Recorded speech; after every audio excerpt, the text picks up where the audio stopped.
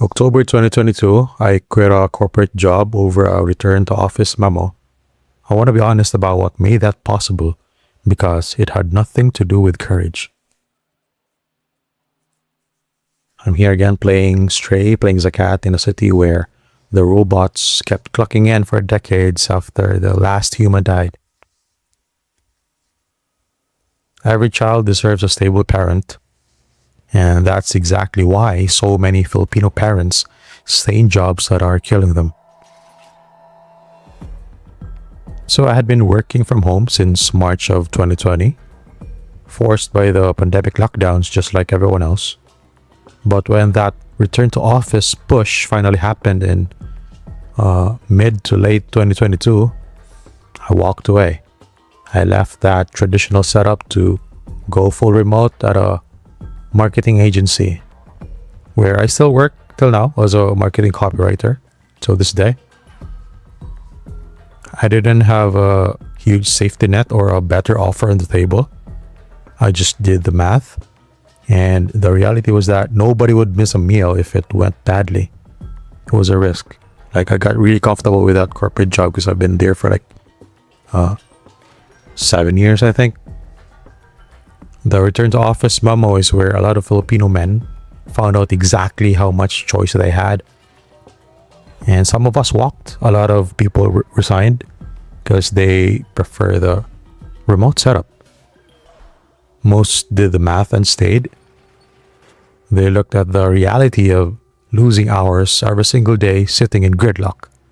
They looked at the prospect of fighting for a spot in a packed jeepney or standing in those endless soul-crushing lines for the MRT, or sweating through their clothes on the back of a motor taxi, breathing straight exhaust just to get to a cubicle to do work they could have done from their bedroom. And they realized they just had to swallow it, because when you have mouths to feed, your physical exhaustion does not matter. You don't get to be tired. You gotta get back in line because beggars can't be choosers. When you leave the corporate matrix to become a contractor, you are making a brutal trade. I traded tenure, my mandatory 13th month pay, and health insurance benefits for the right to work remotely. To be able to work anytime, anywhere I want, and waking up without an alarm clock. A guy with a kid mostly cannot make that trade, and I want to be honest that I only could because of who wasn't standing behind me. I'm not a quote-unquote employee anymore, but although that's kind of the setup, but the semantics are different. If you know, you know. My income doesn't end when I decide I've had enough. It ends when a client decides they've had enough. What I have instead of a job security is nobody at home who goes hungry the month it stops. My worst case is a bad 6 months stretch. And this isn't how my life goes right now, thankfully, but this is common among remote workers, virtual assistants, and anyone in this wild west of a digital working world. When a client exits, if you don't have mouths to feed other than yourself, you don't panic. It kind of sucks, but yeah, you're not panicking. You're not as anxious as parents. You just tighten the belt. You cut back on the coffee shops. You stop ordering out for a while. Maybe even strip your expenses down to the absolute bare minimum until the next client comes along. You can aggressively shrink your life to survive the dry spells if push comes to shove. A parent, a father, they can't do that. You can't put your kid's stomach or their medical bills on pause just because the market is down. My lifestyle is built on keeping my overhead low, and a family is the ultimate fixed overhead.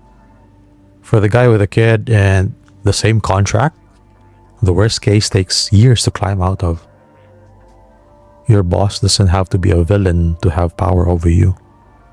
He just has to know your kid's tuition is due in June. Every person who depends on you is a card your employer gets to hold. The moment you lose the power to walk away, that you can't afford to quit, your salary raise becomes optional. You start measuring your entire existence in billing cycles and due dates. You swallow disrespect from middle management.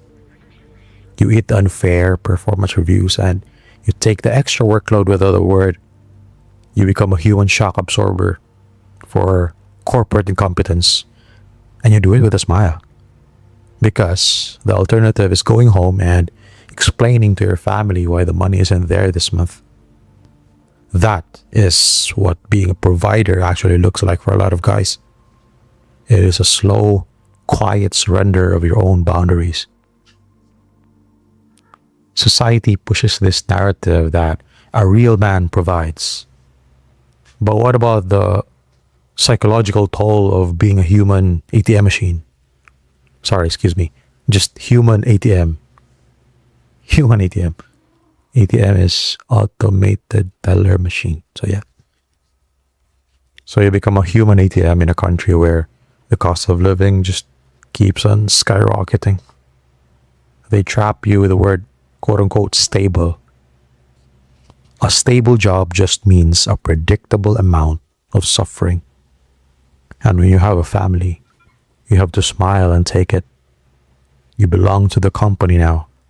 You're the biatch, the slave, if you will. If you're a Filipino man in your 30s or even your 20s, thinking of quitting your job, the first question you should ask is not, do I hate my job? It's, do I have people depending on me? People call child-free Filipino men selfish. Or, yeah, every child-free person in the world, I think. But there's another layer of criticism in this country, right? The so-called conservative country. But look at the reality here. You grind yourself into the ground to afford a baby, and you're never even home to raise them, or barely home to raise them, to see them, to spend time with them. Refusing to play that game isn't about being lazy. I quit to protect the way I live. And that's a luxury purchase. And child-free Filipino men get a discount on it. When you stop caring about society's timeline, you realize you don't need a massive salary to validate your existence. You just need enough to fund your own peace. There's a reason a lot of successful single men move faster than married ones. Less weight, less fear. The freedom to reinvent yourself is a luxury. And having a family makes that luxury extremely expensive. If you're in your 20s watching, listening to this, do not let your marites titas guilt trip you into starting a family before you even know how to fund your own peace, or what kind of partner actually brings value to your life instead of just noise, or what you even want your day-to-day to look like. And it's true that what they say about what you want in your 20s is different from what you want in your 40s, maybe in your 40s and beyond. So be careful making permanent decisions that you cannot undo. You've been warned by Uncle Ren, as well as all the people in the communities. Read the comments on my videos if that's not enough for you. But if you've already got a kid while you're on a job that's eating you, don't lose hope, but you need a meticulous exit strategy. And I believe that would start with your savings account instead of a resignation letter. Tread lightly. Be smart about your next steps, because there's another person or people depending on you. Soren Kierkegaard had this banger of a thought. I saved this from my Goodreads account, but I still see this. But I always see this lines, this quote from time to time. Marry and you will regret it. Don't marry you will also regret it. Marry or don't marry, you will regret it either way. That's from Soren Kierkegaard. Have the kid if you want to have the kid. Just go in knowing that a kid turns a job you dislike into a job you cannot leave. Every life closes certain doors and opens others. Marriage closes some doors. Children closes others. Staying single closes different ones. Being child free closes different ones too. And for me, I traded children for optionality, among other things that I've already discussed in my previous videos, and in later videos we'll continue discussing this topic. And whether this trade is worth it, I let future me decide. We all have to build our own lives. We just need to be honest that not every choice has the same price. Those are my thoughts on this topic for now. And before I go, I want to give a massive thank you to everyone who has donated to the channel. I can count them on one hand, but thank you so much, guys. To the 2 people who quietly donated through PayPal recently, since you opted for PayPal instead of super thanks here on YouTube itself, I'm keeping your names anonymous because I'm not sure if you don't want to be named. I'm not going to put you out there without asking, but if you want to shout out, say the word and I'll do that properly in the next one. Thank you, seriously. That meant a lot more than you probably intended it to. I've never been comfortable asking for money on these videos or the video themselves. In fact, I haven't asked for subscribes, likes, and comments, all that call to action stuff lately even. So yeah, I usually just let the donation link sit passively in my profile. But while we're on the topic, shameless plug. If you ever feel like one of these videos gave you value, changed your perspective, simply gave you something worth thinking about, made you feel seen, or maybe just gave you some kind of entertainment, infotainment, I don't know, feel free to support the channel. I've never asked for that on camera or in these gameplays before. So yeah, these links just sit on my profile and I leave them alone.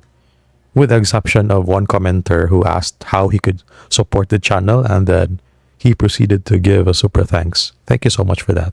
So speaking of, yeah, super thanks is also an option if you want to support depending on the value that you get out of each single video. It's right there. After, write down the, I think it's beside the subscribe, like buttons. But if money is tight right now, especially for my fellow Filipinos out there, seriously, no worries. No worries, guys. Keep watching my videos. Or rewatch if you want. If you want some boost or some refresher.